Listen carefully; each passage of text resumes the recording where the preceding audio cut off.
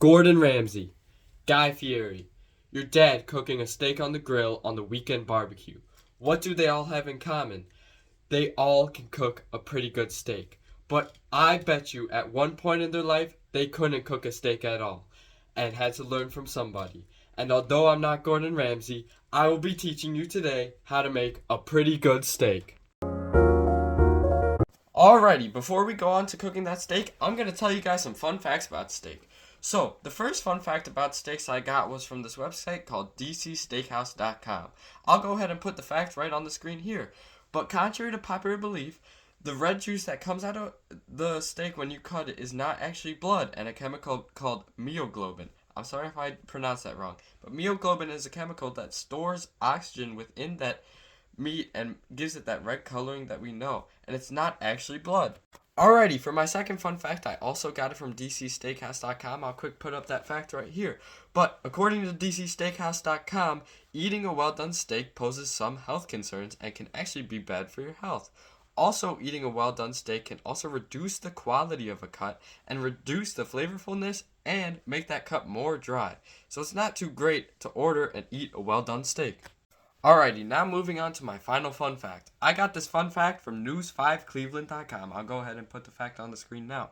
But according to news5cleveland.com, the person who has ate the most steaks at one time goes by the name Molly Schuler. I'm not sure how to pronounce the last name. Sorry if I messed that up. But she is recorded to have eaten 22.5 pounds of prime rib at the Milwaukee Steakhouse. That's just crazy to me. But that's my final fun fact, and we'll just head over to cooking that steak now.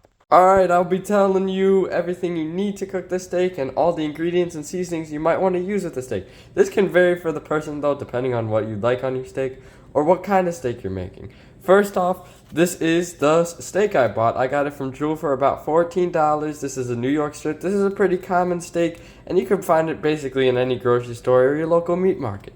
Next up, I'll be using extra virgin olive oil. This will be used on the steak and while cooking the steak in the pan. Next up for my seasonings, we got black crushed pepper. I love the little peppery taste on my steak, so I put a little bit of this on.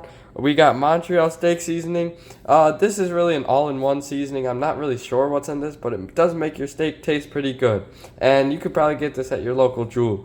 Next up, sea salt. I use sea salt. You could use normal salt, whatever salt you'd like. But I just have a sea salt grinder, so this is the salt I use when seasoning my steak.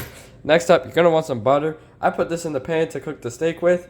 And yeah, that's basically all the ingredients you need. And here's some recommendations for what you probably need to cook the steak. I like to use some tongs. People I know just use sort of forks to flip the steak, but I use the tongs to flip the steak and move the steak around in the pan. And then a little tray to put your steak on to season it. And I don't have it here with me, but I do have it. You will need a pan, of course, to cook the steak on. Let's get over to cooking this steak and seasoning it up. Alrighty, my hands are washed. Let's get over to seasoning this steak. So we got the steak out of the packaging. We're going to go ahead and put it on the tray. This is the first step, of course. We're going to put the steak on the tray. Next up, olive oil. Now, I know a lot of people don't use olive oil for this step and they just go straight to the seasoning, but I like to drizzle on a little bit of olive oil to both sides to really bind that steak to the seasoning. I just like to put a little bit, like that much, and just rub it into the steak. I'll probably cut this up later or cut up the video so this doesn't take as long, but if I don't, this is just a little step I like to do to make the steak really flavorful. Alrighty, I went ahead and cut the video to quickly olive oil up the steak. Next up, we're going to go in with a little bit of salt. Not too much to overpower the steak, but just enough salt to really make that steak pop out and make it really flavorful. So next up, we're going to flip it over, and we're going to salt the other side of the steak, and then we'll get into the other seasonings. Not too much salt, though, just enough to make it flavorful. Next up, we're going to go in and hit it with just a little bit of pepper. This can really overpower your steak and make it very peppery and maybe make it, the seasoning will overpower the steak. But just put a little bit on it for the flavor. So we're just going to crack open a little bit of pepper on top of the steak. Flip that bad boy over and do it again on the other side. Alright, finally we're going to hit it with a little bit of the steak, Montreal steak seasoning. Now, I like to use a lot of this. It doesn't overpower the steak, and it's sort of like a rub almost. So I don't know. I use quite a lot of it, but you could just use your desired amount.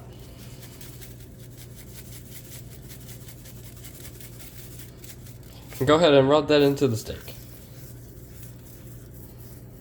And don't forget the other side.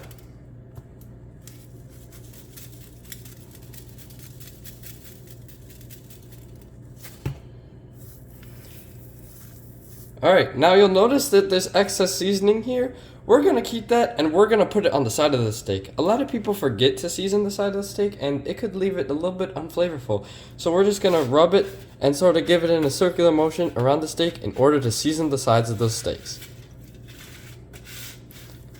Now that your steak is seasoned, we'll get on to cooking and prepping the pan. Alright, now we'll get over to prepping the pan. I know a lot of different people cook their steak in a lot of different things, but for me, and the way my grandma taught me, I'd like to cook it in around half a tablespoon of butter and a little bit of olive oil. I tend to eyeball the olive oil, but here we go. We're going to want to set our stove to around medium heat and then pot that pan on there. Next up, we're going to throw in our butter and we're going to throw in just a little bit of olive oil.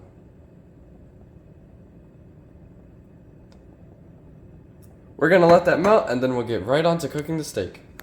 Alright, now that the butter is melted and the olive oil is warmed up, we're going to go ahead and plop in our seasoned steak. Be sure to use your tongs. So, for this step, I don't really have a meat thermometer or like to use a thermometer when I cook my steak because my grandma always taught me by time. So for a steak about this thickness, I like to do around 4 minutes on each side and then a minute on the side of the steak. So I like to set a timer on my phone when I do this, but obviously I'm recording on my phone. So I'm going to set that timer for 4 minutes, and I'll be right back with you when I'm about to flip the steak after that 4 minutes is done. And we're back. It's been about 4 minutes. I set the timer on my mom's phone just to ensure that I did get that correctly. And we're going to go ahead and flip over the steak. This is probably the most troublesome part of the whole thing, but we're going to flip over that steak. And look at that crust on there. It forms a pretty good crust and cooking it in the olive oil and the butter.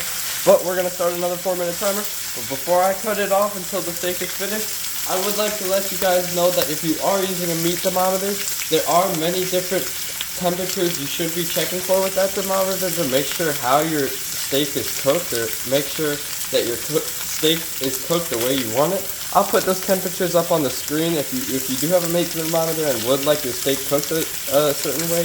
I just don't own a meat thermometer, so I just base it off of time. But I'll be right back with you guys when this steak is fully done.